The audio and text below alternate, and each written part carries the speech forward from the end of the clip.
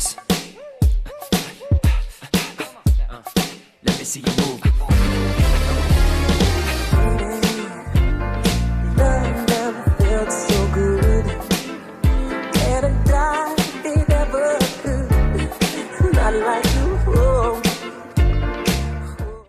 Hi everybody, I'm Dottie Rimsey and welcome aboard to Local Matters, where living local, well, it never felt so good. And it never felt so good to be joined by two local women. It's a mother-daughter team who have written a book and perhaps could become the next J.K. Rowling. And if by chance you don't know who J.K. Rowling is, well, she's the author of the Harry Potter book series. And we will meet them when we come right back with more Local Matters.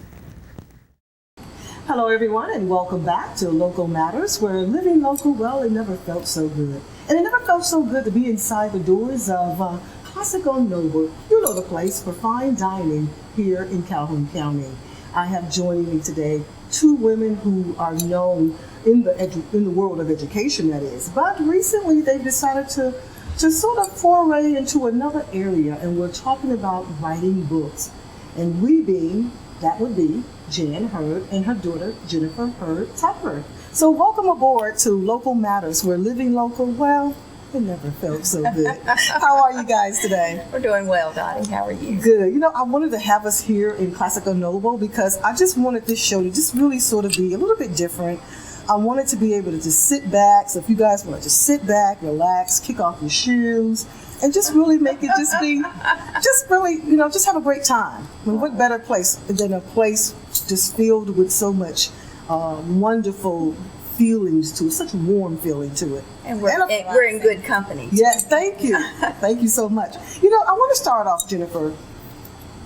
You two have taught school for a number of years, so people know you in this world, education world. But I wanted to start off by reading something that I thought was quite interesting and unique.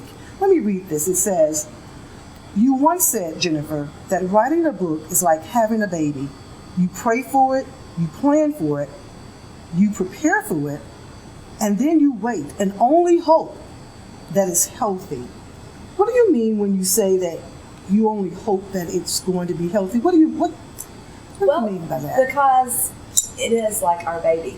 Mm-hmm. The book is, and we've been able to plan every little detail from the beginning. Okay. And once it's printed and published and out there for the world, we just hope everybody's going to love it as much as we do. Because when I'm thinking about that, I'm thinking, okay, excuse me. When we are talking about a healthy baby, we just want to make sure it's got all five toes, fingers, all limbs. All its toes. And this book, what are you hoping that people will take from it? Well, we've really put a lot of our heart and soul into creating this book. Mm-hmm. And we watch as my children and my niece and my nephew read it and can see the enjoyment in their face when they read it. So we hope that other children and families will be able to sit down and enjoy reading it as much as we do. And we want to see it grow. Okay, and that's a good thing. Here's the thing I wanted to ask you. Tell me a little bit about Cleo and Olive. They are the stars of this book. They are. They are the stars. Yeah. Tell me a little bit about Jan, if you don't mind. Come on in and jump right on in here, Jan. Olive is my puppy. Olive is your puppy. And I had told Jennifer a year or more prior to my retirement that when I retired, I wanted a lap puppy. Okay. Because for 40 years, with the type of job that I had, getting up early and sometimes working late, yes, I couldn't enjoy the feel of a little puppy in your lap and just something that'll snuggle up to you. Yeah. So I said that's the one thing I want when I retire is a lap puppy. Okay. I don't think I ever would have pursued that on my own, but Jennifer wouldn't let me forget. Okay. She researched, she searched, she contacted numerous people across the state trying to find the perfect puppy. And we went to several places and looked, and I was looking for that one moment when there was a connection. Okay. And the fourth place we went, there was a little scraggly, ugly little puppy. And you wanted, is it a he or she? It's a she. She, Olive. And she had very thin hair. She was a Maltipoo, so I'm expecting something fluffy. Yeah, right. She had very thin hair, and she was already 3 months old, and they had not been able to find a home for her, so she was about to be placed in a shelter. Yeah. And she was so happy to see me, and I connected with the runt, and I just had to have her. Hello, everyone, and welcome back to Local Matters, where living local, well, it never felt so good. It never felt so good, too, to be inside the walls of Classic on Noble. You know the place for fine dining. It's such a rich and wonderful feeling up here, and we're having a great time. We, being Jan Hurd, and her daughter, Jennifer Hurd Tucker. So welcome aboard again to Local Matters. During our before we went to break, we were talking about Cleo and Olive, because that's who the book is about. So you helped us to, first of all, you introduced us to Cleo and Olive. Now, so once you go and you guys finally bring Cleo and Olive into the home, I'm sure that was not your intention to say, okay, so I've got Cleo and Olive, let's write a book. How did that happen? No, actually, as I'm sitting at home with the dogs during the day and watching them interact, you begin to see the different personalities come out. Cleo is a little more, she's very outgoing. She is very friendly to everyone. She's not afraid of anything. So that's who's her name, because she's really Cleopatra. Cleopatra. Cleopatra Hurd. Olive, on the other hand, is shy, timid, only wants to be with me. But yet she's very possessive of me. No one else should be around when she's with me. So these personalities started to come out. And I was there one day and had a piece of paper in my hand, and I started jotting down notes to write a little story just for the grandchildren. Just for the grandkids. Once I shared it with Jennifer, she and I started putting more of it together, and then it became a Sunday afternoon thing on the front porch. We would sit down and talk about it and add another adventure until finally we had a book. And rather than just do it for the grandchildren, we thought, there are so many little things we can do with Cleo and Olive. Let's do this. Let's publish a book. And speaking of the book, the story is, let's see, the name of the book, let me hold this up. Cleo and Olive Find a Home. So this is the book. Share with me, what is this story? I mean, I know, just in a nutshell, what is the story about? We know, okay, they're going to find a home. They do find a home. You want to talk about that? Well, it's told from the perspective of the dogs. Okay. They are at a pet shop, and the owner of the pet shop has chosen some animals to go to the pet fair to find a home. Okay. And Cleo and Olive are chosen, and they think that they're going to choose their keeper. Okay. That they're the ones that get to do the deciding. They think that they're the ones that's doing the deciding. Okay, I like this already, because now you're helping kids understand what it means to make decisions, perhaps? Right. Okay. Right. And another tone of the book is friendship.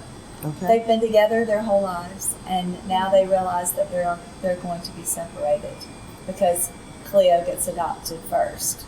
And so it gets a little sad. That is a little sad, but again, there's another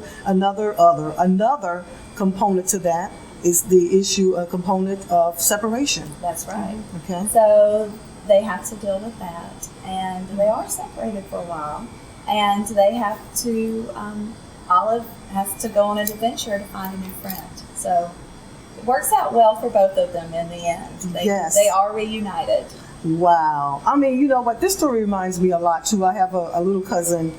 She's like my second cousin because she's my first cousin's daughter. And they live over in Georgia. And you mentioned to me when you went to find a beautiful pet, the pet that you wanted. You fell in love with Olive. She wasn't the best looking one out of the bunch. No. But there's my little cousin. She went to a place. They went to a pet store somewhere there in Georgia to look for a dog.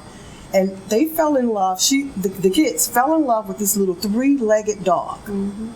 And they told my cousin, they said, Daddy, you have to get her. You have to get her, because if you don't get her, nobody else will get her. They won't want her.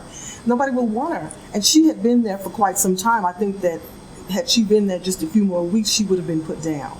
So they bought her home, and now she runs the place as if she owns it. And so now she too is another dog is coming into the home, and now she has fallen in love with the other dog. And so it's just amazing how you can fall in love with these animals. They take on their own, they have their own personality, their own personality. Right. Tell me, Jennifer, you mentioned that when you were working, you didn't have time to do anything like this, to write. No. It was constantly on the grind for you. I started out as a young mother, teacher, so I'm up and out the door usually by 6 o'clock, 6:30, and no time to have a puppy. Of course, I had 3 children; those were my puppies at the time. But I realized about the last couple of years before I retired that I really wanted to have a puppy in my life. Right. Now, we've got yard dogs, Right. We've had the big dogs, Right. and we've, in fact, between the two of us, we live next door to each other, by the way. Okay. So between Right, that's great. That's another book in and of itself. That's another book. Between the two of us, we have 5 big dogs that have, they found us. Okay. They were strays, and they found us. Like Cleo and Olive are about to find their keepers. They found us. Okay. So, we've always had a dog, just not an inside small dog. And what I like about that, Jane, most people think that, okay, you retire and you're either going to do one of 2 things. You're going to go off and travel the world and vacation, and that's great. Or the sad part is you're going to sit back in a rocking chair and wait to die.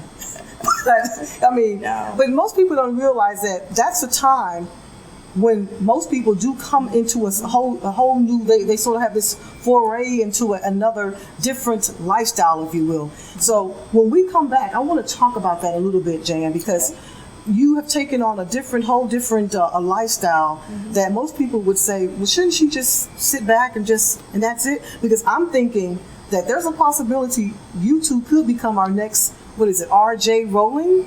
J.K. Rowling. J.K. Rowling. If you know who she is, she's the author of the Harry Potter books. So we'll be right back with more Local Matters. Don't go away. We'll be right back. Everyone, and welcome back to Local Matters, where living local, well, it never felt so good. It never felt so good to be inside the doors here of Classic on Noble. That's where we are today. The place for fine dining. It's a wonderful atmosphere, and this actually suits the purpose for today's show, because I wanted to just sit back and just casually rest back and kick my feet up and talk with Jan Hurd and her daughter, Jennifer Hurd Tucker, about the wonderful book that they've written, which is Cleo and Olive. So all morning long, we've been talking about Cleo and Olive, and you've been letting us know a little bit about who they are and why you guys wrote the book. They inspired this sort of writing that you had this, I would imagine, Jan, buried deep inside of you for a long time. But as you mentioned, working all your life with your kids, raising your family, you didn't have the time to just sit back and just really enjoy the feel and the thrill of writing. So tell me, now that you've sort of done that, do you see that there are opportunities for this book to do so much more? Well, we do have a number of books in our head right now that are sequel books to Cleo and Olive. Actually, we have written the second book, and it's being illustrated at this time. Wow. We have a scheduled date of somewhere in the spring, late spring, for the launch of that book. Speaking of that, you mentioned illustration. There's a process to writing, of course. That's all part of that book writing process. Yes, and what we've enjoyed as much as writing the story is having control of each process. Okay. And that's because it is a self-published book. We do have a local publisher who's working with us to get it in, printed and ready, to be sold. So right now you're looking at right now self-published, but as you mentioned, you're working with a would you say a national publisher? No, it's a local publisher, Sleepy Town Press, Okay. but he has a number of clients all over the United States that use him. Okay. Self-publishing has become a big trend right now, and there's a difference if you are picked up by an agent, Okay. and they buy your book. Wow. Okay. You lose control of everything from that point on. Wow. See that They're you are buying the educated. words. Yes.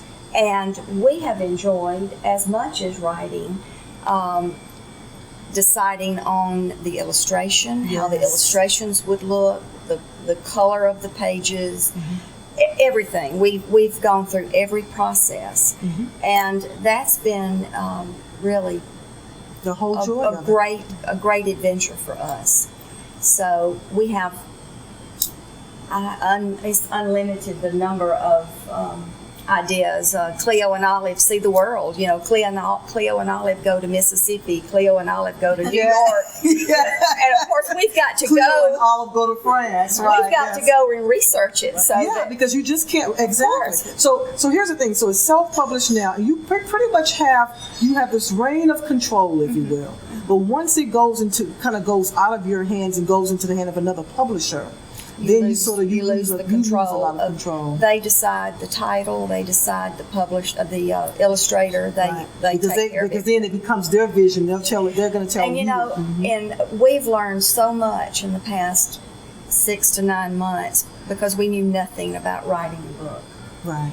And we've been to several conferences on children's book writing, and went to Chicago about a month ago. You went to my home. Well, Anderson is hometown, but because I grew up there, that's second home. Yeah, we Chicago. went to the Chicago Writers Conference and enjoyed that, but we've learned about the different processes. And it was an interesting thing I read just recently about Beatrice Potter, Yes. who wrote the Peter Rabbit tales. She was rejected by numerous publishers. So she self-published in 1908. And so when you self-publish, can we expect to see Cleo and Olive on the shelves here local, maybe? Well, now I don't know. I don't know if the corporate stores will take a local self-published, probably not. book. Okay. You can find it on Amazon. I was going to say, where can we find You Cleo can and find Olive? it on BarnesandNoble.com. Okay. Okay. And of course, we have a website, CleoandOlive.com. Okay. And the books can be purchased on that website. This is great. So you really, it just depends on your vision, your dream. I mean, the fact that you're writing, you're self-publishing, you can still get it out there in different pathways. You really may not even need to go into this publication where you lose control. Right. Speaking of the book, I know that, and I understand you're having a book launching coming up. Tell us a little bit about that. We have our book launch on November the 12th from 4:30 to 6:30, and we chose that time so that parents could bring their children after school, or people getting off from work could stop by. It's at the Anniston Country Club. Okay. We have a lot of activities going on in those 2 hours. We've certainly got the opportunity to purchase the book, and we'll autograph the book, and the dogs are doing a pautograph. So they're going to do pautographs. So Yes. I was going to ask, surely the stars will be there. Yes, they will pautograph the book, and at 5:30 they will be introduced to everyone. Oh, I can't wait to read them. Can't wait. And so this is definitely a friendly environment. It's for the family. Yes. Children are going to love. And we'll have them. Have activities planned for children. You know what? I wish we could stay here and talk more. I've been enjoying this entire conversation. But join us. In fact, it's tonight. We will be at the Anniston Country Club. Give us a time again. 4:30 to 6:30. 4:30 to 6:30. Come on out. Bring the kids so you can meet Olive and Cleo, right? That's right. They are going to be there, and they're going to be giving out autographs. So this is the thing. Keep doing what you're doing. I look to see you guys doing some amazing things because, as you mentioned, this could really turn into something big. I mean, you're right. Cleo and Olive could be Cleo and Olive, Mississippi, Cleo and Olive in France. Who knows? They're going everywhere, and we're going with them. Yes. The next book, they're going to school. And so who knows? So, even though you mentioned you may not want to let it go into a huge publication, but you never know. You never know. J.K. Rowling from Harry Potter, she didn't think she would be where she is today, but she is. And so you too, if you get out there, just remember that you were on Local Matters. Of course. That's Local Matters. With Dottie. That's right, with Dottie. So, and we look for you back here next week on more Local Matters. See you back. Good night, everybody.